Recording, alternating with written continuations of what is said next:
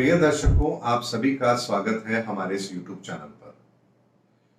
दर्शकों, मुझे पश्चिम बंगाल की जो वर्तमान मुख्यमंत्री है ममता बनर्जी, उनकी एक डेट ऑफ बर्थ मुझे मिली है और जब मैंने उस डेट ऑफ बर्थ को देखा, उसका जब चार्ट बनाया है, तो वो यहाँ पर उनकी वर्तमान परिस्थितियां और उनकी पिछली परिस्थितियों से 90% से ज्यादा मेल खा रहा है। ऐसे में यहाँ पर मैं अब आप लोगों को ये जरूर बताने की स्थिति में हूं कि यहां पर उनकी कुंडली उन्हें किस तरह का समय देने वाली है। दर्शकों, मकर लगन की उनकी कुंडली बनती है और मकर लगन की कुंडली के अंदर 2019 से उन्हें बृहस्पति की महादशा आरंभ हुई है।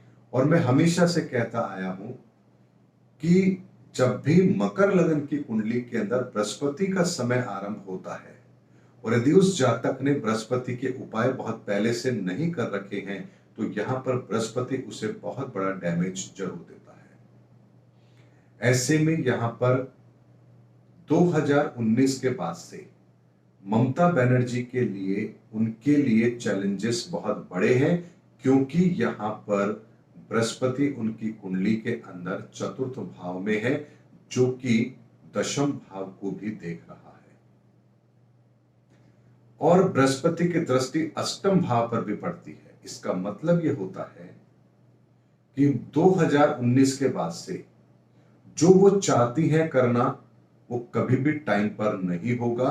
हमेशा उन्हें परेशानियां जरूर मिलेंगी, खासतौर पे जो वो खुद अपने लिए करना चाहती है। बृहस्पति की दृष्टि अष्टम भाव पर पड़ती है, रुकावटें, परेशानियां जरूर आएंगी। छोटे से छोटा काम भी उनका बिना किसी रुकावट परेशानी के नहीं होगा। सुख सुविधाओं में कमी आती है, इसमें भी कोई संदेह नहीं है। यही कारण है कि आप देखिए, पूरे इलेक्शन कैंपेन के अंदर वो व्हील चेयर पर अपना प्रचार कर रही थी। दशम भाव पर दृष्टि होने के कारण से उनके पराक्रम में कमी आती है। उनके प्रोफेशन, जो वर्तमान में जो कार्य है, उसके अंदर बहुत बड़े बड़े चैलेंजेस आते हैं। बृहस्पति की दृष्टि 12वें भाव पर पड़ती है, तो शारीरिक पीड़ा भी वो यहां पर जरूर देगा। ऐसे में बृहस्पति पूरी तरह से नकारात्मक होकर के 2019 के बाद से उनको रिजल्ट दे रहा है। और यदि हम वर्तमान परिस्थिति को देखें तो वही हो भी रहा है। 2019 के बाद से ही बंगाल की परिस्थितियों के अंदर एक परिवर्तन का दौर शुरू हुआ है, जो वर्तमान समय तक चल रहा है। ऐसे में वहां की वर्तमान मुख्यमंत्री ममता बनर्जी के लिए परेशानियां खत्म होने वाली नहीं हैं, बल्कि और बढ़ने वाली है। ऐसे में उन्हें बहुत ही धैर्य के साथ, शांति के साथ और ईश्वर की कृपा को अपने साथ लेते हुए, आध्यात्म का सहारा लेते हुए, ईश्वर की कृपा अपने ऊपर बनी रहे ऐसी प्रार्थना करते हुए उन्हें अपने आने वाले समय के अंदर अपने कार्यों को अंजाम देना है। अन्यथा बृहस्पति उनकी शक्तियों में बहुत बड़ी कमी यहां पर जरूर करेगा। ये उनकी कुंडली का एक छोटा सा आकलन है जो मैंने आप लोगों के सामने रखा है।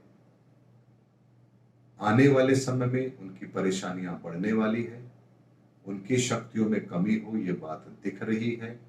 स्वास्थ्य के मोर्चे पर भी परेशानियां हैं, हर काम में रुकावटें हैं, सुविधाओं में कमी हो, ये सब कार्य यहां पर मुझे दिख रहे हैं।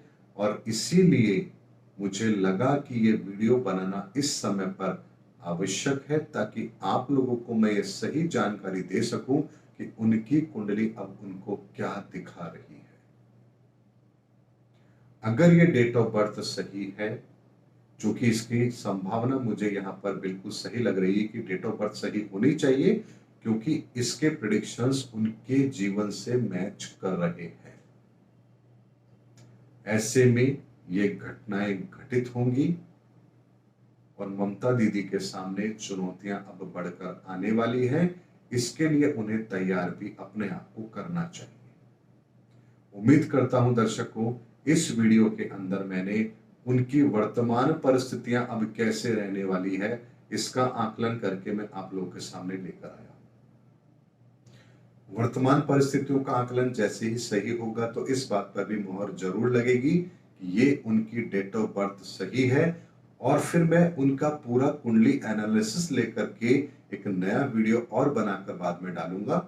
लेकिन पहले मैं इस बात की प्रतीक्षा करूंगा कि ये जो कुंडली का एनालिसिस हमने बृहस्पति का किया है, ये उनके जीवन से मैच कर रहा है या नहीं कर रहा है, क्योंकि बहुत बड़ा इवेंट है उनकी जिंदगी का। ग्रहों की परिस्थितियां भी वैसे ही संकेत दे रही हैं, और परिणाम यदि वही रहे तो ये बात निश्चित है कि डेट ऑफ बर्थ उनकी है, ये जन्म समय उनका सही है। और फिर उनकी पूरी कुंडली का एनालिसिस लेकर के मैं आप लोग के सामने आऊंगा कि आने वाला फ्यूचर उनका फिर कैसा रहने वाला है। उम्मीद करता हूं दर्शकों, मेरा वीडियो आपको जरूर पसंद आया होगा। अगली वीडियो में आपसे फिर मुलाकात होगी, तब तक हमारे चैनल पर बने रहिए। जय हिंद, जय भारत।